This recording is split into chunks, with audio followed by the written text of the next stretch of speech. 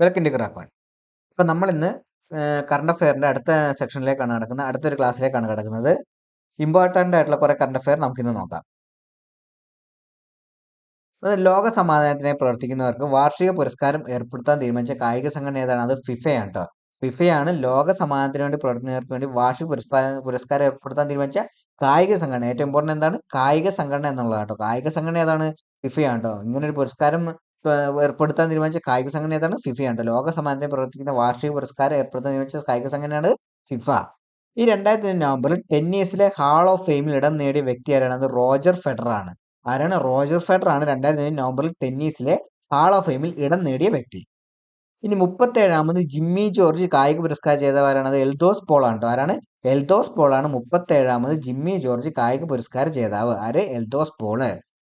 ഇനി ഫിഫ ലോക ഫുട്ബോളിൽ യോഗ്യത നേടുന്ന ഏറ്റവും ജനസംഖ്യ കുറഞ്ഞ രാജ്യം ചോദിച്ചാൽ കുറാസയാണ് കേട്ടോ. ആരാണ്?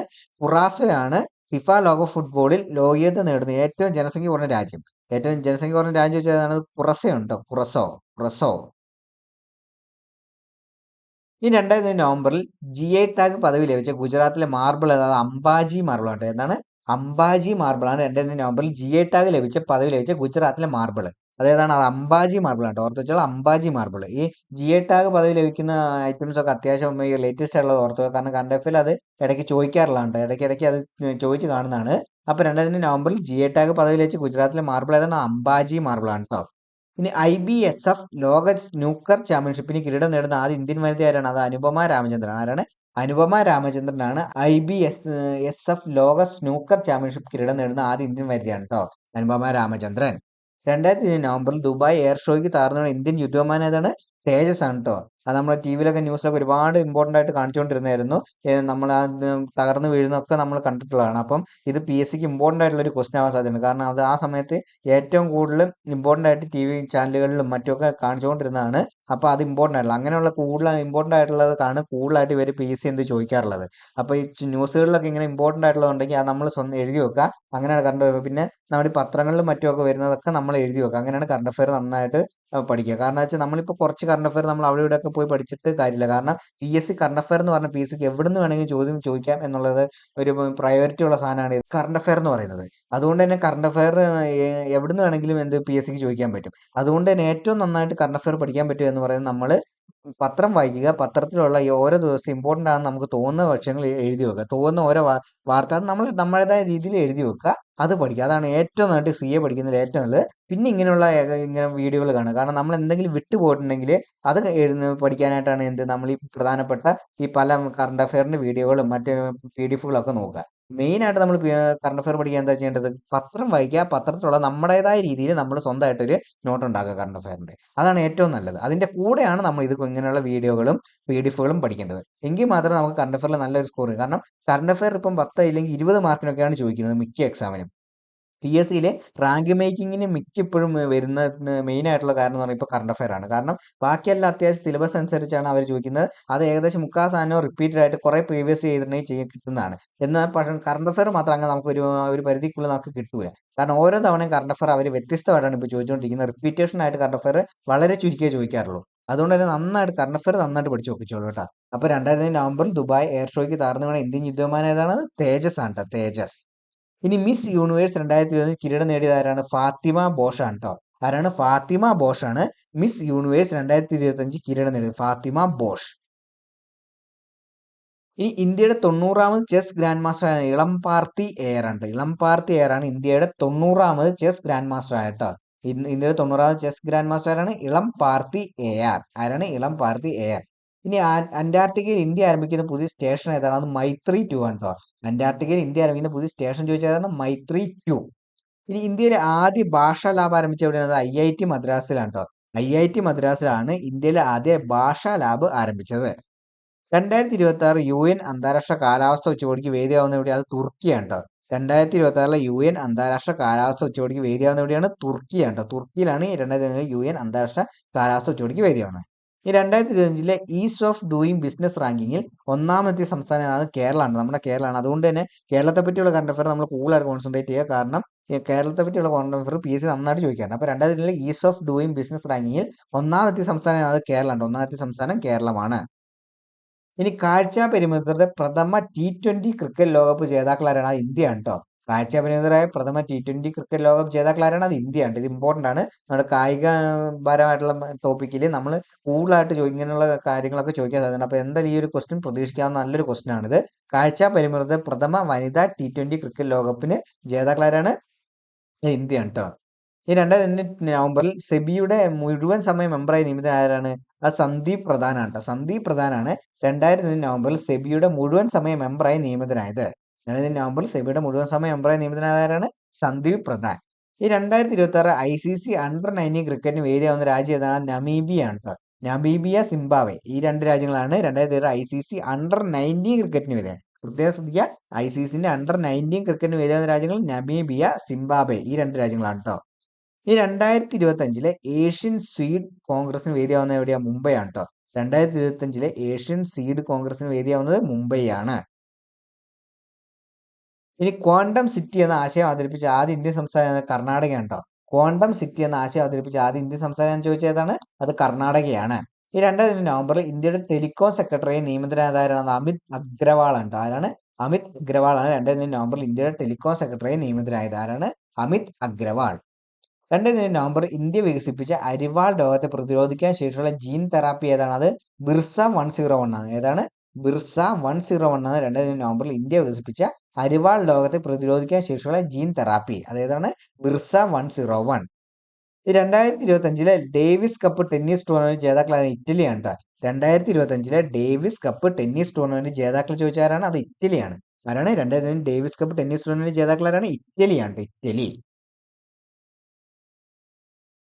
ഇനി 2022 ICC പുരുഷ T20 ലോക ക്രിക്കറ്റിന്റെ അംബാസിഡർ ആരാണ്? രോഹിത് ശർമ്മയാണ് കേട്ടോ. രോഹിത് ശർമ്മയാണ് എന്ത്? 2025 ICC പുരുഷ 2020 ലോക ക്രിക്കറ്റിന്റെ അംബാസിഡർ ആരാണ്? രോഹിത് ശർമ്മ. ഈ അംബാസിഡർമാരെ ഒക്കെ ഈ ക്രിക്കറ്റ്, ഈ ഫുട്ബോൾ, അങ്ങനെ ഈ പല ടൂർണമെന്റുകളുടെ ഒക്കെ അംബാസിഡർമാർ ഇവർ ചോദിക്കാറുണ്ട്. അപ്പൊ അതെന്തായാലും ഈ അംബാസിഡർമാരൊക്കെ ഒന്ന് പഠിച്ചു വെക്കുന്നത് നല്ലതാണ് കേട്ടോ. കാരണം കറണ്ട് അഫയറിൽ സ്ഥിരമായിട്ട് ചോദിക്കുന്ന ഒരു ഭാഗത്തിൽപ്പെട്ടാണ് ഞങ്ങൾക്ക് ഓരോ ഈ സ്പോർട്സ് ഐറ്റംസിൽ അല്ലെങ്കിൽ ഓരോ ട്രോഫികൾ അങ്ങനെയുള്ള സാധനത്തിനകത്ത് അംബാസിഡർമാർ ആരാന്ന് ചോദിക്കാറുണ്ട്. അപ്പം മെയിനായിട്ട് ക്രിക്കറ്റ്, ഫുട്ബോളൊക്കെ ബന്ധപ്പെട്ടാണ് കൂടുതൽ അവർ ചോദിക്കാറുള്ളത്. അപ്പോൾ ക്രിക്കറ്റ് 2020 ലോക ക്രിക്കറ്റ് 2026 അംബാസിഡർ ആരാണ്? രോഹിത് ശർമ്മയാണ് കേട്ടോ. ഈ 2025 നവംബറിൽ ദേശീയ വനിതാ കമ്മീഷൻ ആരംഭിച്ച 24/7 പ്രവർത്തിക്കുന്ന പുതിയ ഹെൽപ്പ് ലൈൻ നമ്പർ 14490. ഏതാണ്? 14490 ആണ് 24/7 പ്രവർത്തിക്കുന്ന പുതിയ ദേശീയ വനിതാ കമ്മീഷൻ ഹെൽപ്പ് ലൈൻ നമ്പർ. എത്രയാണ്? 14490. ഇനി ഒമാൻ വിക്ഷേപിച്ച ആദ്യത്തെ ദേശീയ വാർത്താവിനിമയ ഉപഗ്രഹം ഏതാണ്? ഒമാൻ സാറ്റ് 1 ആണ് കേട്ടോ. ഏതാണ്? ഒമാൻ സാറ്റ് 1 ആണ് ഒമാൻ വിക്ഷേപിച്ച ആദ്യത്തെ ദേശീയ വാർത്താവിനിമയ ഉപഗ്രഹം. അതേതാണ്?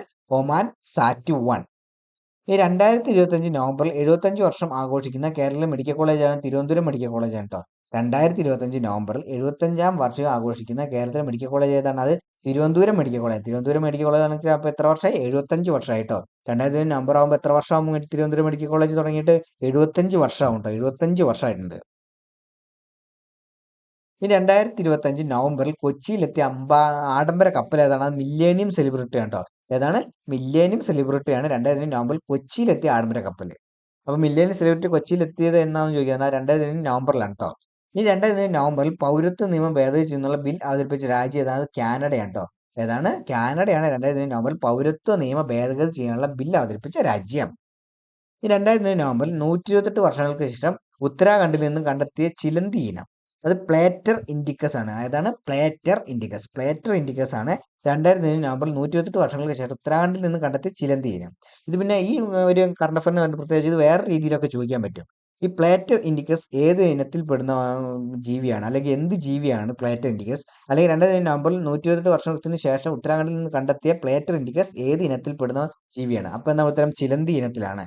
അല്ലെങ്കിൽ ചിലന്തി ഇനത്തിൽപ്പെടുന്ന പ്ലേറ്റർ ഇൻഡിക്കസ് എവിടെയാണ് കണ്ടെത്തിയത്? അത് ഉത്തരാഖണ്ഡിലെ. എത്ര വർഷങ്ങൾക്ക് ശേഷമാണ് കണ്ടെത്തിയതെന്ന് ചോദിച്ചാൽ 128 വർഷം. അങ്ങനെ ഒരുപാട് ക്വസ്റ്റ്യൻസ് ഈ ഒറ്റയാണ്. അങ്ങനെ ഈ കറണ്ട് അഫയറിൽ ചിലതിന് ഇങ്ങനെ പ്രത്യേകമാണ്. കാരണം പല രീതിയിൽ നമുക്ക് ക്വസ്റ്റ്യൻസ് ചോദിക്കാൻ പറ്റുന്ന ഒരു കുറെ പോയിന്റുകളുള്ള ഒറ്റ വരി ഉണ്ടാവുള്ളൂ. പക്ഷെ അതിനകത്ത് തന്നെ പല രീതിയിലുള്ള ക്വസ്റ്റ്യൻസ് വരാൻ സാധ്യതയുണ്ട്.